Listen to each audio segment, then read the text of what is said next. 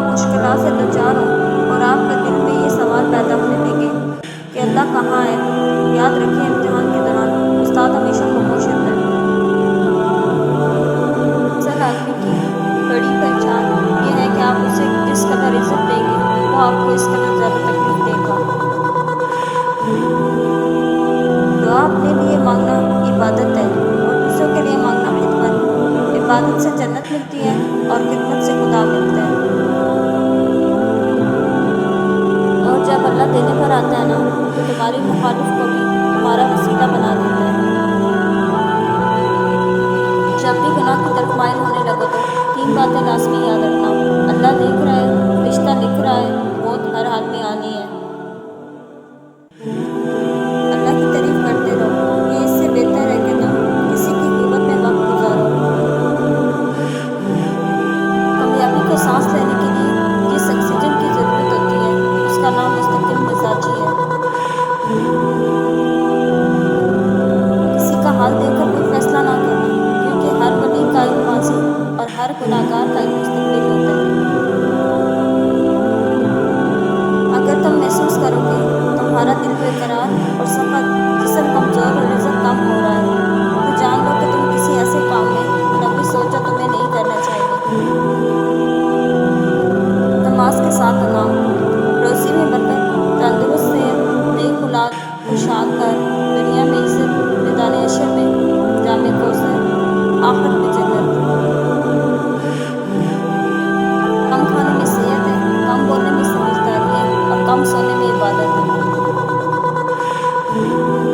وہ شخص کامیاب نہیں ہو پاتا جس میں ناکامی کا خوف کامیابی کی چاہت سے زیادہ ہو۔ کچھ لوگ قسمت کی طرح ہوتے ہیں جو دعا سے ملتے ہیں اور کچھ لوگ دعا کی طرح ہوتے ہیں جو قسمت بدل دیتے ہیں۔ الفاظ چابیوں کی مانند ہیں، ان کا صحیح استعمال کر کے لوگوں کے منہ بند یا دل کھولے جا سکتے ہیں۔ سب سے الگ ہو کر انسان پھر بھی سکون سے جی سکتا ہے، مگر اللہ سے دور ہو کر صرف بے چینی اور مشکلیں ہی ملتی ہیں۔ خوشی آپس میں بانٹنے سے اس طرح بڑھتی ہے جس طرح زمین میں بویا ہوا بیج فصل بنتا ہے۔ یقین کریں، باپ دنیا کا وہ واحد شخص ہے جو خود سے بھی زیادہ آپ کو کامیاب دیکھنا چاہتا ہے۔ خالق کی ناراضگی یعنی اللہ کی ناراضگی۔ اپنے جسم کے وقار کے لیے اپنا سر اونچا رکھیے اور اپنی ذات کے وقار کے لیے اپنی نظر اور لہجہ ہمیشہ نیچے رکھیے۔ زندگی کی کچھ پریشانیوں کا علاج انہیں حل کرنا نہیں بلکہ انہیں نظر انداز کر کے آگے بڑھ جانا ہوتا ہے۔ کچھ دروازے جن کا کھلنا آپ کو زخمی کر سکتا ہے انہیں بند رکھنا بہتر ہے۔ کامیاب ہونے کے لیے کچھ لڑائیاں ہارنا لازم ہوتی ہے۔ زندگی کا سب سے خوبصورت جذبہ دوسروں کے دکھ درد کو محسوس کرنا ہے۔ جب دشمن آپ کے رازوں سے واقف ہونے لگے تو سمجھ لیں دوست منافق ہے۔ غلط راستہ اکثر خوبصورت ہوتا ہے مگر کبھی صحیح منزل کی طرف نہیں لے جاتا۔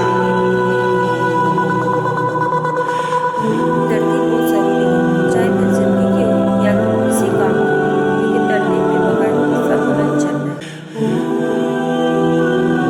کچھ احساسات ایک الفاظ کی طرح ہوتے ہیں جنہیں لکھا جاتا ہے لیکن بولا نہیں جاتا۔ اور پھر کچھ لوگوں کو آپ اپنا سمجھ کر اہمیت دیں تو وہ آپ کو انسان ہی نہیں سمجھتے۔ وقت کی سکھائی ہوئی باتیں تاعمر یاد رہتی ہیں۔ سرکان بوجھ ہوتے ہیں اور انہیں اٹھانا ہر کسی کے بس کی بات نہیں ہوتی۔ ہم کبھی مکمل نہیں ہو پاتے کیونکہ کبھی روٹی ادھوری، کبھی لباس پورا تو کبھی زندگی ہی ادھوری۔ یادیں ہمارے پسندیدہ لمحات کی لاشیں ہوتی ہیں مگر ہم ان کو دہراتے نہیں کیونکہ ہمیں ان کے مرنے کا یقین ہی نہیں آتا۔ کبھی کبھی کچھ لوگ آنکھوں میں کوئی ایسی دور جھونک جاتے ہیں کہ انسان پہلے سے بہتر دیکھنے لگتا ہے۔ اس دنیا میں جتنے اہم تمہارے عمل ہیں اس سے